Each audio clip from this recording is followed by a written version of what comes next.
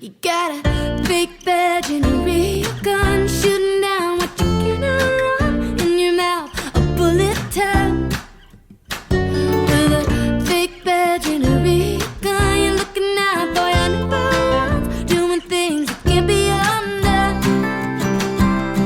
You can have your day, you can have your fun, you can... Hey folks, so Watkins Family Hour just put out a new song on Thursday called Fake Badge, Real Gun. It's very cool, but very modern, so if you're not down with that darn newgrass all the kids are playing, this might not be the video for you. By the way, Watkins Family Hour is Sara Watkins and Sean Watkins from Nickel Creek. You might also know Sara Watkins from I'm With Her. They've done a bunch of other things too, that's just the basics. Anyway, I found this song on Friday and I immediately really liked it. Here's the evidence from my Instagram story. You got a big bed and a real gun, shooting down what you cannot run. In your mouth, a bullet tail. Oh, and you should follow me on Instagram. So I went on a walk around the neighborhood and I listened to the song on repeat, and then I transcribed the entire thing. Whoops-a-daisy. And then I posted a bunch of videos of myself playing the guitar part on Instagram, hoping that Sean Watkins would notice me, teach me how to voice the chords for the bridge, and then we'd be best friends forever. But that didn't happen. Honestly, I'm not sure Sean Watkins and I will ever be best friends now. So the guitar part is really unique, and I thought surely at least one person out there wants to know how to play it, and maybe I could get some of my subscribers to listen to this song because honestly, it slaps. By the way, their full album comes out on April 10th. So the first thing that immediately caught my ear is that Sean Watkins is in drop D, capoed 5th fret, and playing a song that revolves around C shapes. That is like the strangest way to play a song that's in the key of F. So take a second and get your guitar set up. Now the big reason he does this drop D thing is to facilitate playing tenths, like the interval of a tenth. You can think of a tenth as a third but separated by an octave. For all of the chords in the verse, he voices them this way, so let's learn those chords really quick.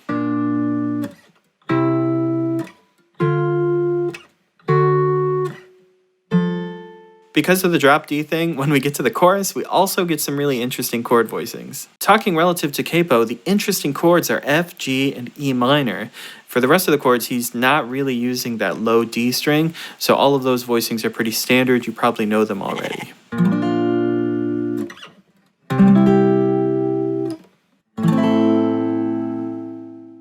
There is also a small floating lick that Sean plays. Now, some of the hybrid picking stuff you might call floating, but this lick definitely falls into that category, so let's look at it specifically. Now that we know some of the basic principles that Sean is using, listen to this performance of the verse, the chorus, and the post-chorus, and look for all of those little things we just talked about. Like always, you can get this tab for free at lessonswithmarcel.com, and later on there will be a full play-along as well as a full breakdown, so stick around for those things. You got a fake badge and a real gun, shooting down what you cannot run. In your mouth, a bullet tail.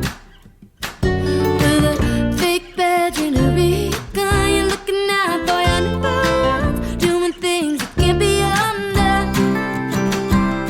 You can have your day, you can have your fun, you can say what you say till we're all tired and numb. You can have your way, throw your tantrums.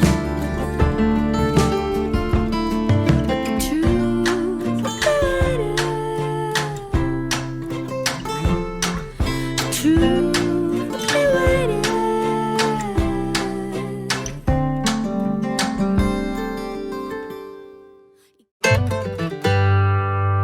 Okay, if you've stuck around this long, you're ready for the full down and dirty breakdown of all the little details that Sean is using, so let's do that.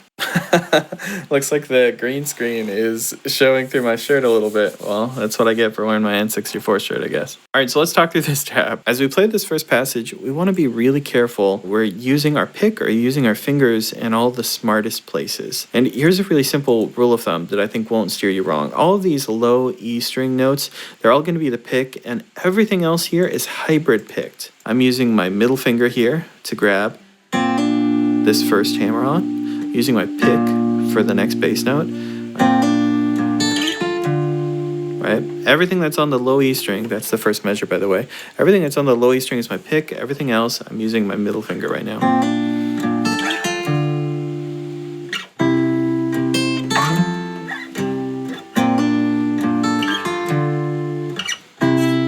And that takes you all the way up through here. That's everything that I just played, and I'm using that technique throughout the whole thing. A little bit of this has to do with syncopation. A little bit of it means that you should learn it in chunks, probably. I would look at this. All right, I can play that. That's good. Then I would look at these 4 notes in a group. Right? I'd be like, all right, I can play all of those in a group. So here's my 2 groups. Now, if you can read rhythms, you're going to have a much easier time with all the syncopation because it gets a little hairy in some of these sections. But that's more or less the idea. This right here is our floating lick from earlier. It sounds like this. Now, one interesting thing I noticed in the recording when I was listening to it is there's a little ghosted note right here. Sometimes Sean is ghosting that note, and sometimes he's not. So if you wanted to, you can include that.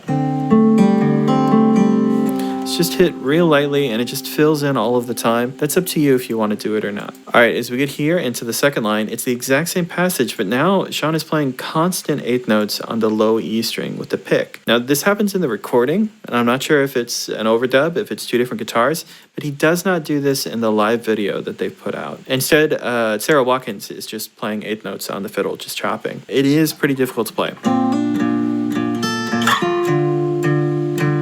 Same principles though.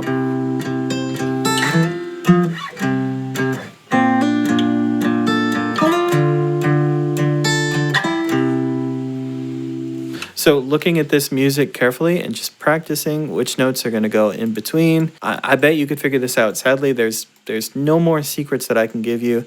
If you can count, it's going to give you a lot of help, but otherwise just look carefully and say like, this note is in between these 2 bass notes. So let me read carefully and find those places where the syncopation happens. Because it is a little bit of independence. My pick has to be independent from whatever my middle finger is grabbing. Right, and the easy solution to that would be to play something like this 2 times. Right, to just not do the 8th notes in the bass, which, like I said, it's what we see Sean do in the live version. Now let's get over here to the verse. This is my favorite part. This is so cool. It's again very syncopated. Fake badge in a video gun.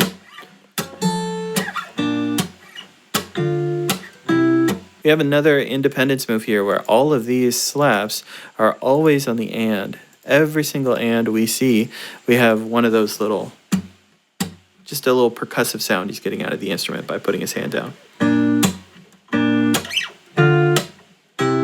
But keeping these really consistent is tough, especially when you're trying to create a groove, and they have a real groove here.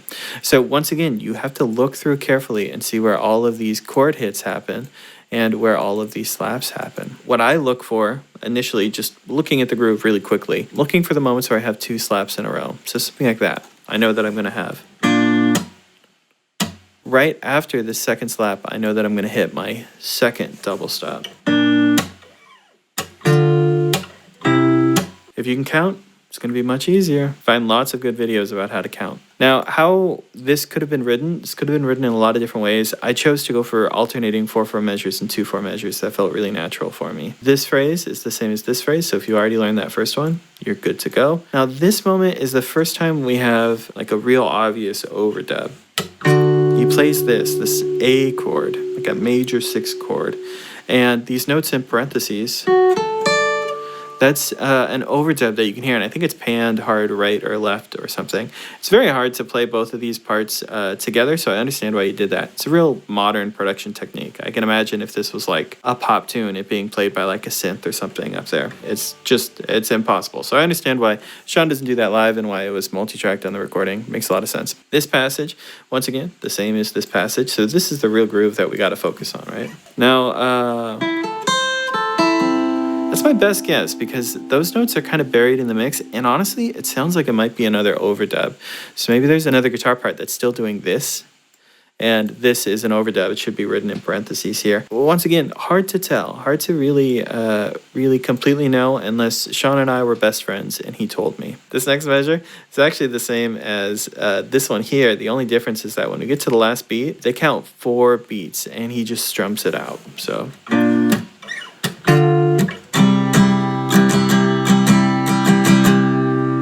And And that's how Sean gets out. So I'm muting all of the strings. All of the strings that aren't written in this chord are muted.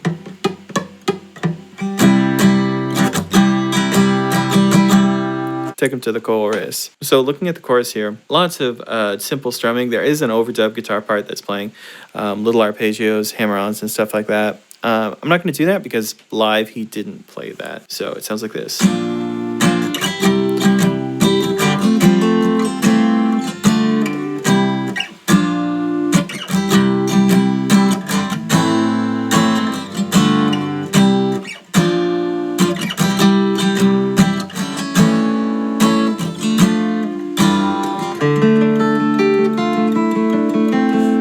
Yeah, remember, don't be like me. Don't let your D string ring out right there, right? We don't want that note right there. These chords are a little finicky. I think this is right. Honestly, I think this is what Sean is playing, but I could have a mistake in here. These sound like the voicings, though. Just like the bridge, this is possibly a little buried in the mix, so sometimes it's hard to tell. Looking at all of these, there's always a walk that's happening that's important. For instance, at the bottom of these chords, we got C, B, A, G, F. It leads all the way back into this next chord. Right here, this E major chord going to A minor, right? A borrowed dominant chord. Really hip choices. They're kind of standard if you've heard them before. But this phrase, really what it's about is all of these, this descending scale, and he's playing notes in between. And all of these little notes, they're kind of ghosted. Who knows exactly what he's getting in there? It's kind of hard to tell. But the descending line on top is really clear. And then when we get to here, right, the truth be waiting. This is the same as the beginning. So if you can play the beginning, you can play this part. Really, what makes there's no guitar solo or anything. What makes this song is just how groovy all these parts are, and how to really get good at them and to get comfortable with them. You just gotta feel the groove and like feel really confident about all the syncopations, and I love it. And the syncopations are complicated, right? Looking at it in the sheet music, it's almost a little bit useless. You'd rather just feel it and get used to it. Now that we've broken all that down, here's me playing along to the track all the way up to the beginning of the second verse. Remember, just like always, you can slow down this video by hitting the settings wheel and adjusting the playback speed. By the way, if you're wondering about the chords to the bridge, it's an E major chord and then like an F chord or a C chord or something. There's a walking line that moves through those, sort of an inside line throughout the chords, and the bass player mirrors it at times. It's hard for me to hear those voicings. I can't get super satisfied with figuring it out, so we'll have to wait until Sean and I are best friends and he shares with me all of his secrets.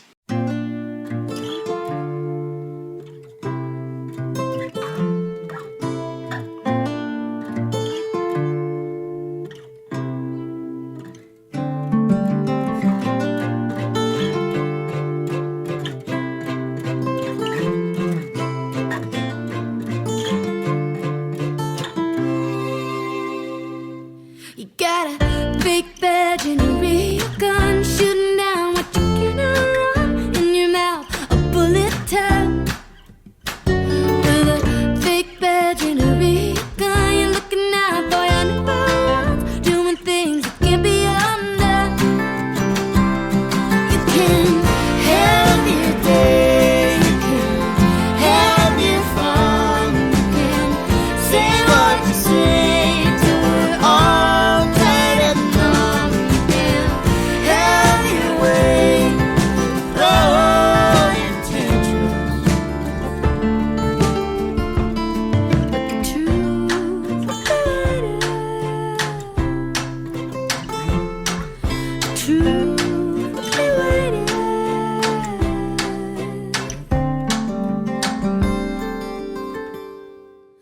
Alright, if you like taking a lesson from the biggest, baddest Billy Goat in the barnyard, you know what to do. Like, comment, subscribe, you're on YouTube, but more importantly, check out my website, lessonswithmarcel.com. There you can get a bunch of free tabs. There's the articles that we write. You can sign up for Skype lessons.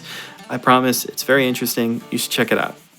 Have a nice day.